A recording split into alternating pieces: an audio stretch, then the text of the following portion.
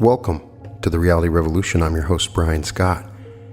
And today I'm going to introduce another author that you most likely have never heard of as I explore some of those old books by Parker Publishing. I've found some additional materials published by other authors that are so obscure they're not found in very many copies in print right now. They're probably ranked like 8 million on Amazon. And once I started reading about the author and read the actual book, the material was so good, came from the heart, very intense, as if they had really put a lot of time and effort into these few books. And so I had to look him up. Howard E. Hill was his name. And I had a tough time finding Howard E. Hill. Obviously, there's lots of Howard E. Hills, and there was no major mention. He was not a popular figure. Found his obituary, and it says that Howard E. Hill was a movie critic, an author, a literary agent, a distant relative of newspaper tycoon William Randolph Hearst. And it said he was a native of Belle Fourche, South Dakota, educated at Cal Berkeley, and worked as a writer at the Los Angeles Examiner, owned by Randolph Hearst. And he started in the press room, worked in the advertising department, was a movie critic. He was a charter member of the Foreign Correspondents Association, meaning that he was one of the main people that created the Golden Globes. He helped stage the first Golden Globe Awards. He wrote 28 books. I can't find them. Now, there's these amazing books that he wrote, 9 Magic Secrets of Long Life, How to Think Like a Millionaire and Get Rich. You would think that those books would have been more popular just by their sheer title. And the books are written just amazingly, but it turns out they are completely out of print, very, very difficult to get. And as I was cleaning up another part of my office, this book just appeared as if it had come in through some sort of wormhole. I don't remember ordering it. Probably did at some point, because I do order books in batches, and got kind of put on the pile, and then I'd pick it up and just start reading it, and just wow, there's some amazing techniques and ideas and secrets put in here. Some of it's basic but so powerful and profound. And so in the obituary it says that he lived for 97 years, which is interesting because he wrote a book on the 9 magic secrets of long life. So there may be something to what he said. In the book that I'm holding now is this raggedy old mass market paperback book. The front cover's been ripped, so I had to tape the cover so it stayed on. It's one of those old ones that you'd get probably at the grocery store, at the local convenience store. Super small print. This is not on Kindle.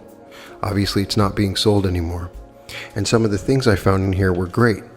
I wanted to give you a basic idea. The name of the book is Energizing the 12 Powers of Your Mind. And just to summarize, there's a summary of this. There are these 12 powers, and he breaks down these different ways you can access and increase the power of your mind. The summary is essentially to know that 1, you should be well grounded in the 12 principles of mind power. Each of the principles has a maximum vibration point for you and you alone. It is up to you to extract full measure from each one of its precepts. And 2, you should have emotional mastery. Every increase in power must be matched by an increase in understanding and a full perception of the rightness of things. And 3, you should develop and maintain consciousness of power. This can only be done affirmatively when kept in equal balance with a dynamic spiritual force. And 4, you should understand the principles of vibrational buildup.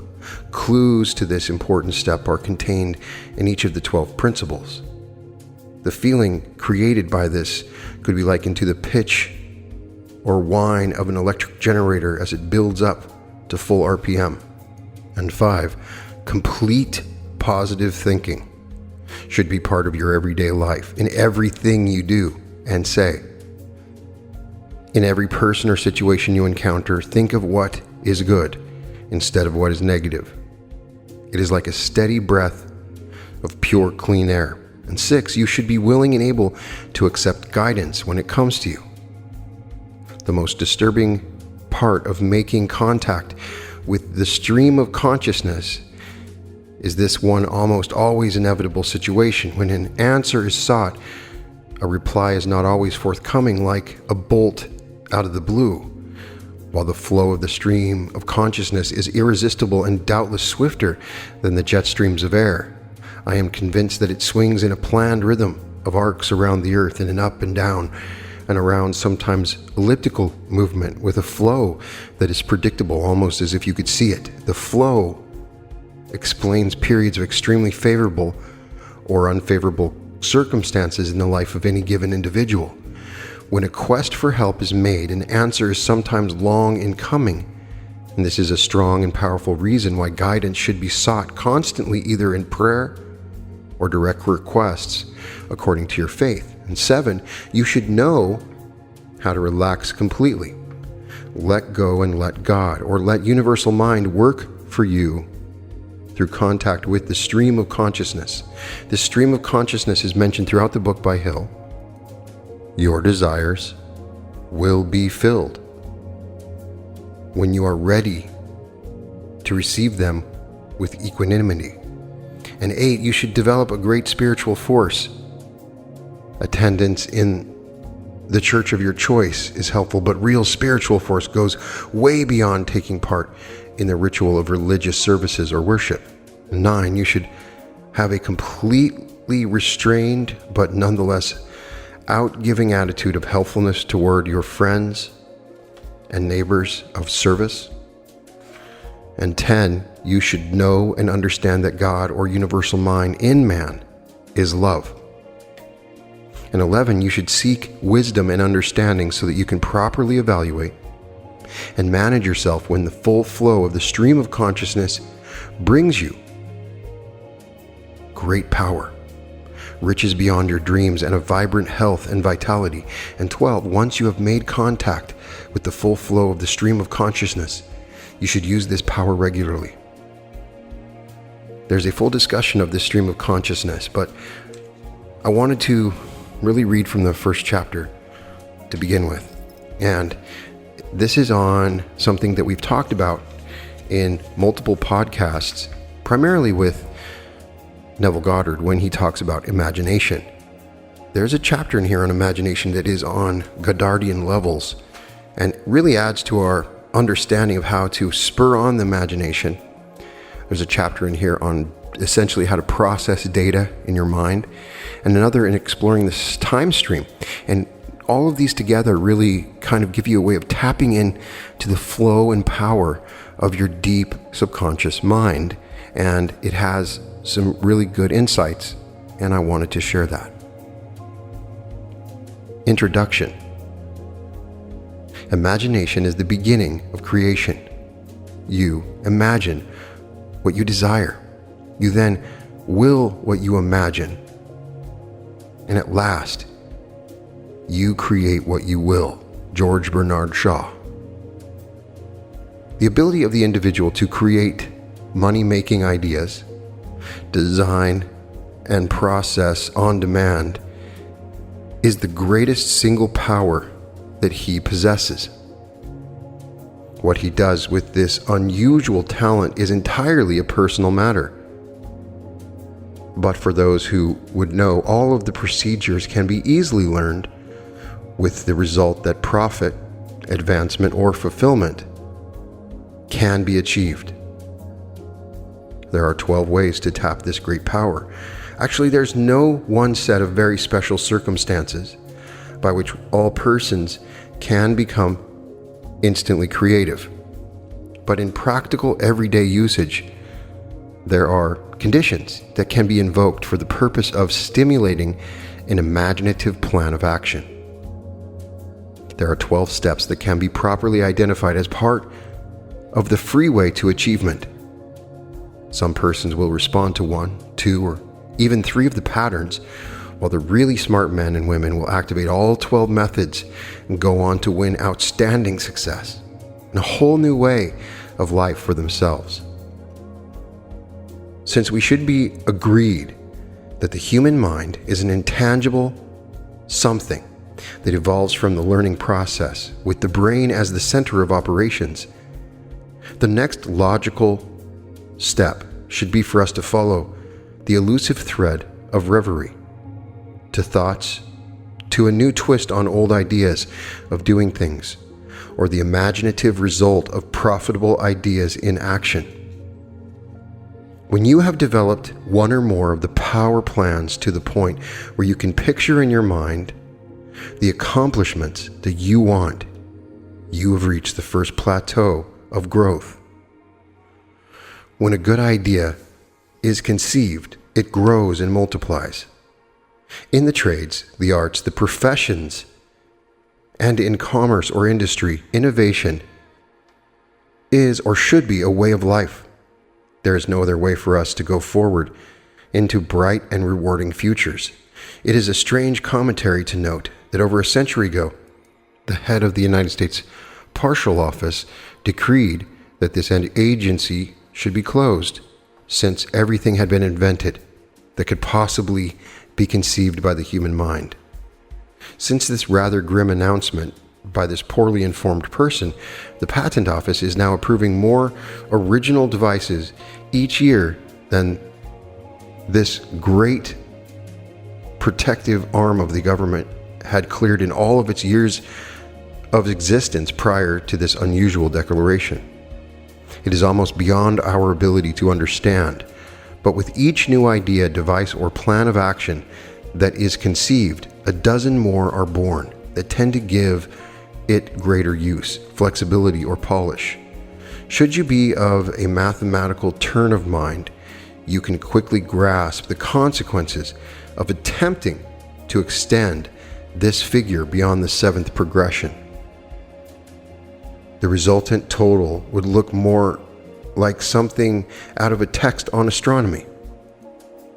I bring this fact to your attention for the plain reason that should you entertain the foggy notion that there is little need for new ideas, the truth of the matter is that not only is there an insatiable need, but an actual unrelenting demand for improvement, innovation, or invention. This urgency for comprehension.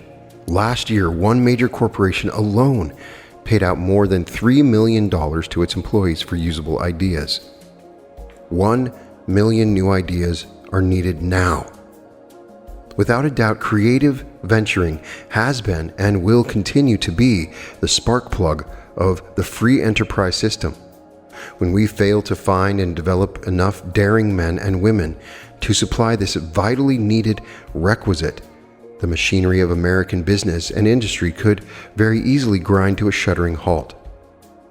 Fortunately, however, in these United States, there is no subject in our way of life that holds more fascination for the average American besides religion, politics, and sex than the sometimes elusive study of 1, how to get ahead, 2, how to win a coveted promotion, or 3, how to succeed, or how to win great wealth.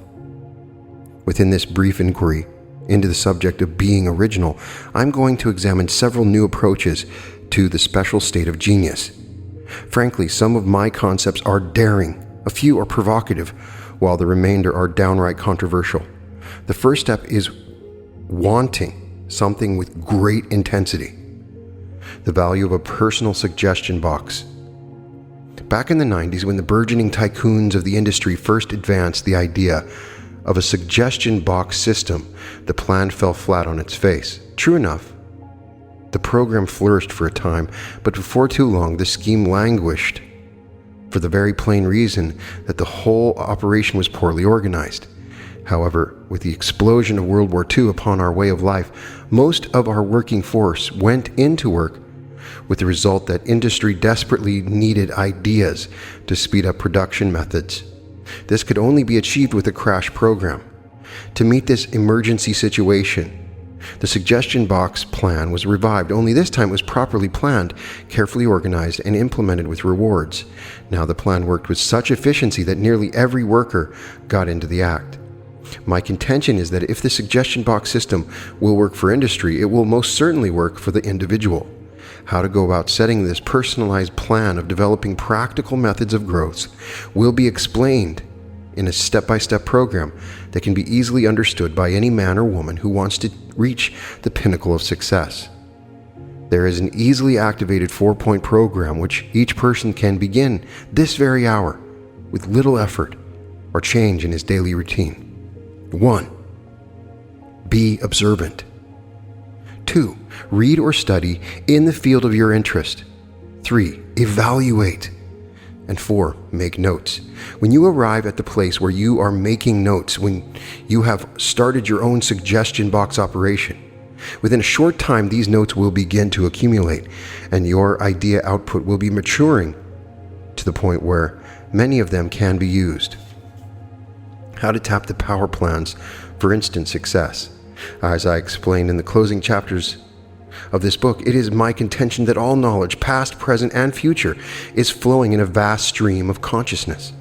We are literally immersed in the infinite reservoir of things to come.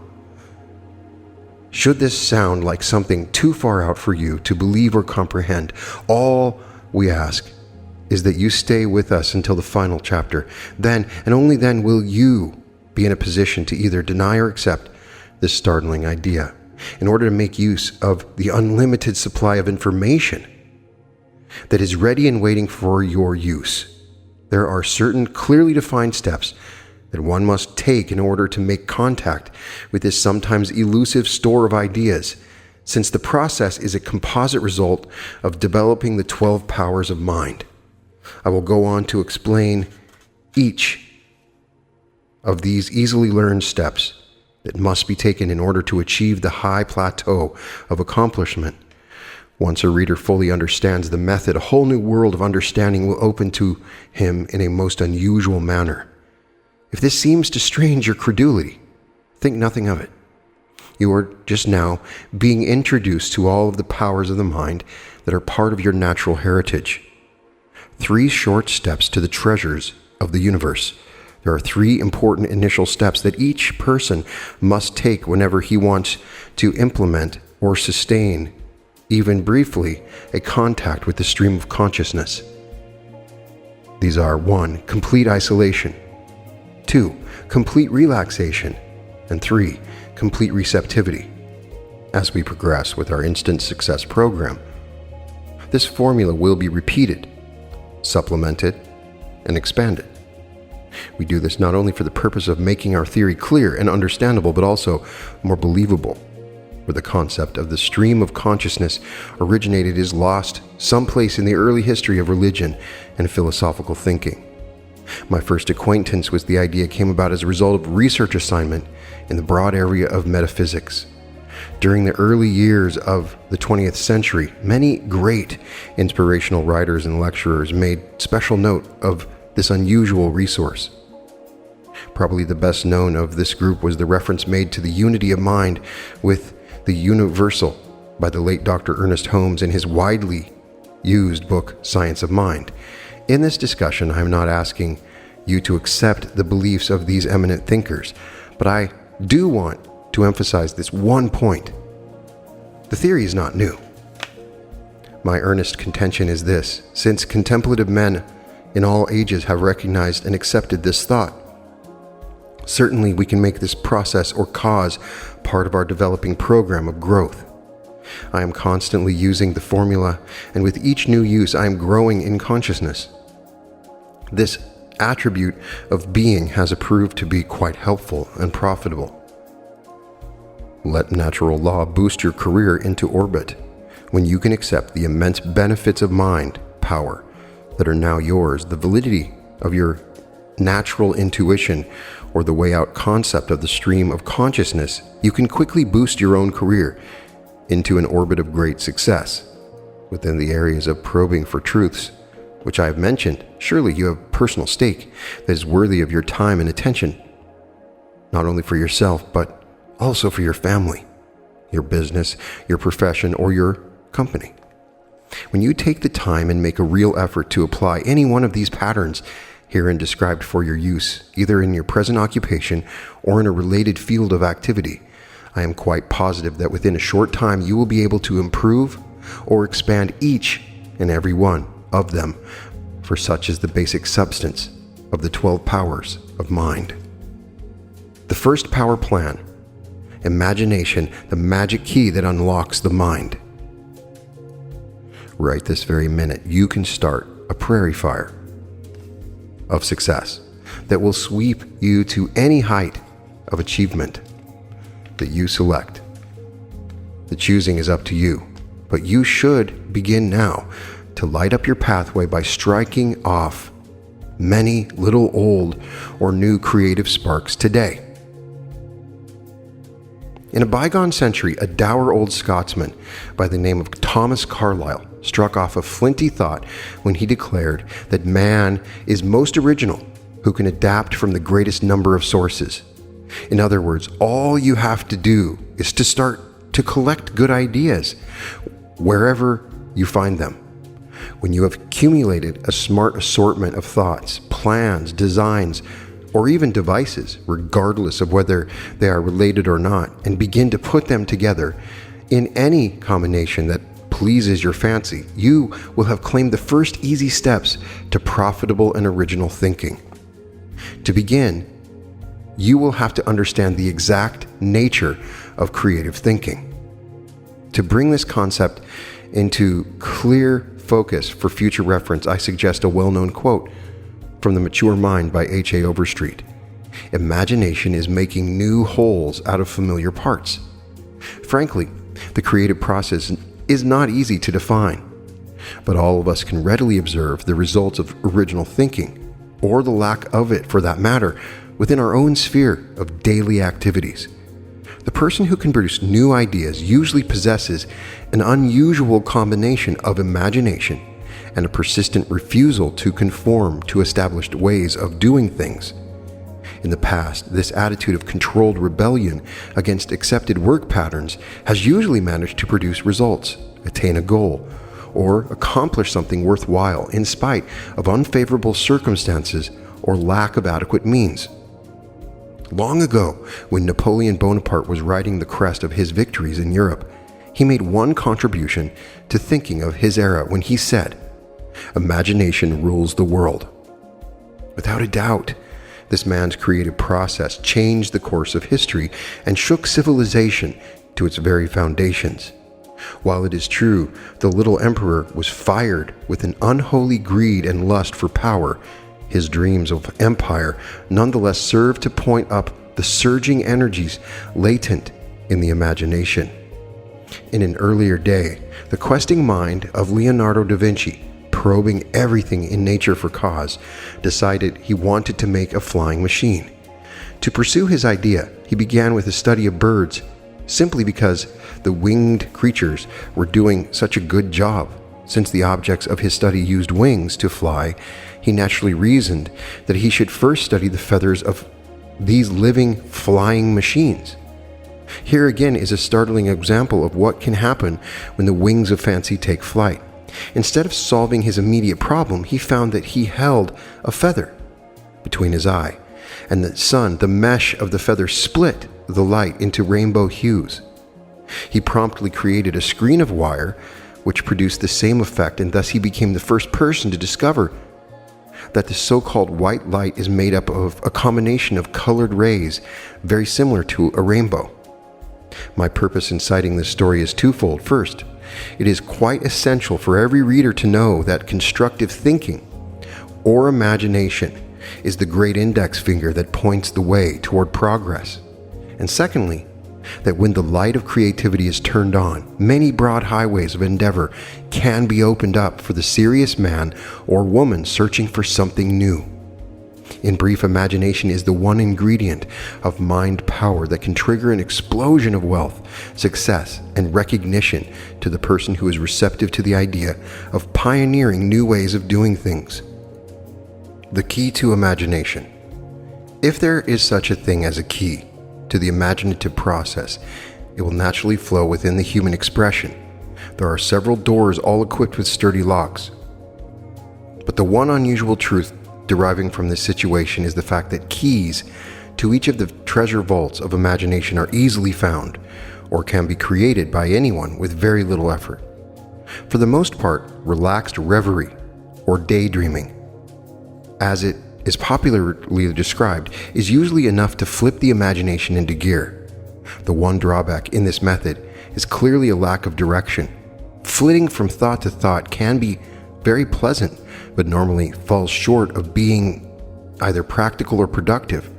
However, the seemingly aimless indulgence could be the great plateau of intuition, when eminent men of science such as Sigmund Freud and Albert Einstein turned to intuition as the pad from which to launch the way out imaginings that led to formulation of theories that has made each of them famous. Certainly, we cannot afford to be unmindful of this possible contact with the stream of consciousness. In an interview, Einstein described the process in words as deceptively simple as the way in which he explained his time-space-energy theory. In talking about his work, he said, "The real valuable factor is intuition." Here, we are likely to hear screams of anguish from non-believers who will insist that what we are talking about is the completely unreliable hunch. Actually, there is a grain of truth in this attitude, but the one important factor that these unimaginative persons fail to take into account is the fact that persons who succeed with this method make an endless search for facts preceding the flash of intuition that seems to focus right on target with the right answer. How to stimulate the imagination. With the imagination in gear, we should add the all-important ingredients of purpose and direction. But prior to giving direction to our freewheeling thoughts, there are several important steps we can take in order to achieve the highest possible level of consciousness in our thinking process. While it is true that each of us will respond to the following suggestions in varying degrees, it is well to explore the full possibilities contained within each stimulant in relation to our own needs. In listing the 7 most provocative or inspiring imagination boosters, I am not unmindful of the fact that individually we might have either an acquired or built-in power prod that whips us into creative action. First is ambition. Contrary to popular belief, this special drive is a quality possessed or even activated by comparatively few persons. Mildly expressed aims, intentions, or wants all too often pass for the single-minded purpose that we call ambition. Build a red-hot fire under desires and watch the obstacles melt away. Secondly, think vividly. Dr. Jean Emmett Clark, in one of his famous lectures, declared, "To know the secrets of success, learn to think vividly." The chief attribute, that perception that can be gained in no other way. Begin at once to think of everything you want in brilliant colors and with an intensity of purpose that will not be denied. Sex. Right at the start, let me make it quite clear that I do not mean indulgence. What I am suggesting is a fully compatible and companionable man and woman relationship. Wanting to succeed to please the man or woman of your life is a perfectly natural human desire and inclination. You can make sex the detonator of this powerfully explosive force, but it must be kept under responsible control. 4. Reading. A reasonably well-diversified program of reading not only supplies important information, this practice serves to dig the wells of thought ever deeper. It raises the level of consciousness and tends to broaden the background of the serious reader. Rapid reading is nothing more than a mental binge. It takes the mind weeks, even months, and sometimes years to assimilate what has been read. To use the art of reading most effectively, read slowly, carefully, and with direct attention, savoring each new thought until it becomes your own. Music. For some obscure reason, the thinking processes of many persons seems to go into high gear when inspiring music is played. This accounts for the fact that many stores, offices, and manufacturing plants install piped-in music systems. Unfortunately, not all persons respond to this stimuli. When you are in for some heavy thinking, try soft background music. If it works for you, the results can be very rewarding. Planning. One of the most energized stimulants that I have found to be most helpful in my work is planning. To look ahead, think ahead, and plan for the future is a part of this process. Robert Collier, in his highly advertised book, The Law of the Higher Potential, has succeeded in describing this method most effectively as treasure mapping. The important point here is to set down on paper the things you want to accomplish and take at least one step toward your goal every day. 7. Necessity. This is the goad that separates the men from the boys. When necessity rears its head, it usually comes during a period of crisis. This great urgency demands creative action right now. The normal tendency is to panic, but the person fully acquainted with the 12 powers of mind will accept the jolt and let it boost his thinking into orbit. The key to this situation is preparedness. Make a policy and a way of life to prepare for any emergency. As we come to know the unlimited resources of mind, we will learn one great inescapable truth. Each new idea or device that is created begins as an offspring of something that has already been done. The thing that you create must be developed from materials that are available. Even if the idea comes from out of the blue, the tools you have to work with are the natural products of the earth or the planned projects of your predecessors. This is the one great underlying reason for accumulating knowledge, either by formal education, home study, or a planned program of reading. The situation or condition that we describe as civilization is the result of endless bits of original thinking, contributed by endless millions of persons seeking a better way of life. Where do I begin? The question is sensible. If you are unusually imaginative, the reason for this stems from the fact that the so-called dreamer tends to ride off in all directions, while the less original thinker needs very badly to find himself a launching pad. There are several excellent starting points, but for the purpose of this discussion, let us consider the process in an ABC fashion. This procedure might seem elementary to some, however, in the long run, it will be more rewarding to follow the pattern. A. Regardless of whether you are planning to improve an old product, plan, or project, or create something entirely new, it will pay you to review the history of everything in any way connected with the object of your attention. Not only is this practice of immense value in stimulating the imagination, but it has hidden possibilities. Somewhere along the line, you might find where something was left off, or by adding something, you could come upon the answer to your problem. In addition to the foregoing, there is always the chance that an old use might be revived with profitable results. B. When you have collected all of the information available about the product or idea you have under consideration, define your problem. Set down on paper exactly what it is you want to do or accomplish, or the end that you want to achieve. In attempting to explain your need, it is more than likely that you will accumulate a page or more of notes. The big task is to reduce the purpose of your inquiry to 25 words or less. With your objective clearly in mind, you are now ready for the first practical steps in developing the qualities of imagination in relation to the device or project that is being probed for its hidden potential. C. See your subject. For whatever it is worth, collect copies, samples, or similar products in the area of your study. If these are lacking, create a model, mock-up, or dummy. Should you want to improve the design, find a new use, or discover a more efficient mechanical operation, it will pay you to have the article in front of you, or at least available for examination. It is true that some of these steps might seem to be entirely too elementary, but each point that I have set forth is part of the feeding process. The imagination must be properly nourished if it is to grow. It is a requisite that will not be denied. How you can unleash the power of imagination. It is well to remember that there is no patent or restriction of any kind on imagination.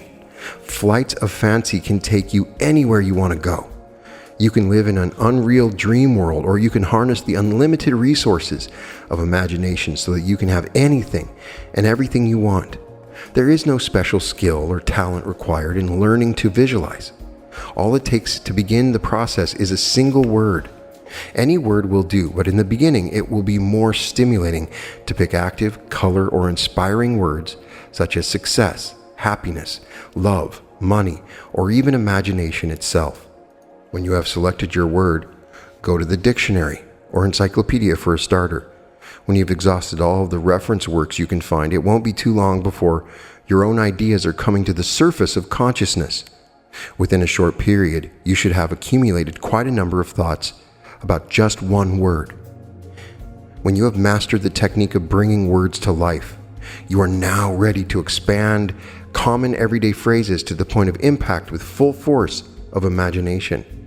With each new exercise, you will have fertilized the mind with the growth food that imagination needs to make it productive. If we are what we eat, it is equally true that our imagination is the exact result of what we put into this one great power of mind. Long ago, Aristotle advanced the theory that the complex operation we describe as thinking is always dependent upon acts of imagination. Since time and untold millions of contemplative persons probing for the essence of truth and the mobility of our thoughts have failed to disprove this speculative idea, we have no choice but to accept this original pronouncement as valid. It is therefore our natural responsibility to supply as many sparks or stimulants to the creative process as we can possibly manage, and particularly those special interests that serve to quicken and energize our thought patterns into some semblance of logical sequence. Each of us is receptive to great thoughts, advanced ideas, and lofty, often sublime concepts. Therefore, according to A.H.Z. Carr in his delightfully forthright book, How to Attract Good Luck, whether the idea that come your way are great or small, it is what you do with them that shapes your life. When it comes to preparing a list of those basic incentives or the motives that spur men on to unusual achievements, we must first regard for a moment the initial cause or soil in which all great imaginings seem to root and flourish. These are 1. Self-preservation, 2. Food, 3. Clothing or adornment, 4. Shelter, 5. Wealth, 6. Success, 7. Health, 8. Self-expression, all of the art forms, 9. Recognition, 10. To rule or dominate, the dictator complex, and last, but far from least, sex, 11. It is from these primary inspirations, either singly or combination, that all progress, great inventions, mass movement, or tides in human affairs seem to derive and gain a foothold for further refinement, be it a lessening of ideals and moral values or an even greater enrichment of the human experience. For a starter, I can only suggest that you take on all of the attributes of a plain, uninhibited copycat. When you come to think about it, this isn't such a bald-faced plagiarism as it might first appear, since imagination is nothing more than the putting on a polish on one or more previous accomplishments. For a long time, it has been quite obvious that successful men and women in business, the trades, and the professions are always abreast of what is going on in the world, ever alert to other men's ideas and methods for the purpose of improving their own plans, designs, or campaigns. Ideas that work in one field are continuously being adapted, changed, and modified, or improved with the sole intent of building a more efficient, profitable, or progressive operation. Often the transplanted idea is reasonably successful in the new application, and sometimes the smart idea adapter hits jackpot simply by adding a new twist or a little showmanship. How to find springboards. A rich source of ideas or springboards for the creative mind can be found in trade papers, business magazines, or professional journals. Since it is a matter of plain common sense, you are now subscribing to all of the publications covering your own area of operations. The next step is for you to include the voices of enterprises and practices other than your own. The reason for this is quite elementary. The purpose, the intent, and the clear objective of each of these ventures boils down to a simple formula that, with few exceptions, goes something like this. 1. To instruct. 2. To advise. 3. To advertise both new and old ideas in equipment, methods, and sources of supply. And 4. To present editorial material in which new or old ideas have been used successfully. When a reader once gets the hang of thinking in someone else's field of endeavor, there is still another formula that can be applied to all of the foreign ideas that are presented. 1. He can first take the idea bodily and transplant it into terms of his own operation.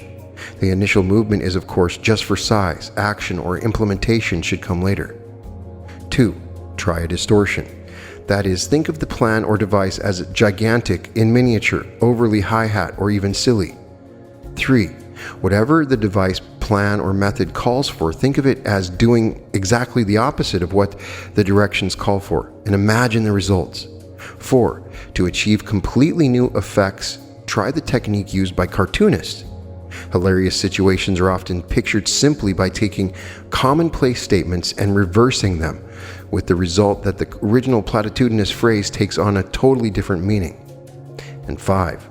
If there is a conventional use for the idea or product that is presented for study, imagine what would happen should the usually formal method be abandoned in favor of a rustic or hillbilly approach. In summing up the discussion of developing imagination, the whole subject would lack a certain something should the embryo creator fail to include one easily mastered trick of the trade that is employed by all great creative minds. It is the method of putting two accepted devices or ideas together, and thus originate something that is completely new and different. For example, we will take the first really great original idea that started mankind on the long road toward what is all of us hope will someday be described as civilization. I'm thinking, of course, about that unadorned circular device that we describe as a wheel. For endless centuries, men were compelled to transport heavy burdens by dragging. The situation prevailed until some genius of that ancient day probably observed that a log rolling down a hill much faster and far easier than it would be pulled. With this as a beginning, it wasn't too long until crude stones or axes were busily whittling away at fallen trees for the purpose of creating this powerful tool. It can truly be said that the wheel was to prehistoric times a far greater advance than atomic fission was to the 20th century. And the most amazing aspect of this presently common device is the fact that all of the uses of the wheel are still waiting to be discovered. As you grow in experience, you are killing off old ideas in your mind and giving birth to new ones, according to Claude M. Bristol in his classic book on building mind power, TNT, or the power within you. Side note, you can check out my full reading of that book on a previous episode. When our prehistoric ancestors got an idea, they acted upon it, often impulsively. Naturally enough, they got results, not always what they wanted, but things did happen. It was in this rather haphazard manner that a vast source of experience values began to grow. Think what you can do with 10,000 years of background information to draw upon, and so it is that we open the door for you to a bright new future with imagination, providing the magic key to all 12 powers of the mind. 5 ways you can increase the power of the imagination. 1. Determine what it is that sets your imagination on fire and use this stimulant to the full extent of its power. 2. The time and place to begin to increase the power of the imagination is now, with what you have. Try to think up ways and means of improving your attitude, your home life, your work, the tools of your trade, and your plans for the future. 3. Since the dawn of history, nearly everything that has been created has evolved from something that has already been done. You can start with one descriptive word in or near your field of interest. 4. Start a filing system of your own. Collect every bit of information you can lay your hands on in the area of your work or enterprise. And 5, feed your imagination rich, sustaining foods for thought. It is well to remember that the imagination is a voracious eater. To grow and develop, it requires information acquired with a purpose. Now, there are several key chapters that are also in the book that I may explore in future episodes. One of them is talking about exploring the time streams, and that's creating a link between the past and future through words. These words will bring about streams of consciousness, and in doing so, in this concept of focusing on words, we access this stream of consciousness, which sounds like you're accessing the space of variations or the quantum field. And the discussion on that is pretty well coming at it from the avenue of words, examining and exploring words and the use of words, which enhances your super senses. There's also a terrific chapter on how to become a human computer, talking about the 5 keys of memory and how this power relates and translates information. The focus on each of these chapters is really on research and the idea of acquiring information in sort of emphatic and powerful way, something that I can understand as a part of the imaginative process, this period that you go through of research. I'm asking you right now, if there's some major dream that you have in your life, have you really spent a lot of time looking into it? You want to become an actor, have you looked in to how to become an actor? If you want to become a writer, have you looked into it? Once you start to look into these things, you research it, you discuss it, it brings to mind the imagination, and you start to come up with solutions and ways to evoke these things. So I may explore these additional chapters in another episode, and we'll see what you think about this one. But this is really specific to imagination. It's the magic key to unlocking the power of the mind is the imagination. As Neville Goddard says, the imagination is God. If you just go through the Bible and replace the word Jesus with the word imagination, then you'll understand the power of this incredible word and what it really means. This is very specific to evoking ideas and imagination for a product, but you can replace some of the concepts with other things. It doesn't have to be something you're creating for a business. You can come up with a plan to meet a specific person. You can come up with a plan to improve your own health by following these same processes. You're evoking the imagination. Your solution to whatever problem you may have is often found in your imagination. That's where you should be looking. So we will most likely check out Howard Hill's book, 9 Magic Secrets of Long Life. Being that he lived for 97 years, I'm quite interested in discussing that. And we will also look on how to think and act like a millionaire. We'll see what these particular books say, and we will explore them and how they affect us in our understandings of reality creation. So thank you so much for sharing that with you. Sending thoughts of love to everybody listening. All episodes of The Reality Revolution can be found at therealityrevolution.com. And welcome to The Reality Revolution.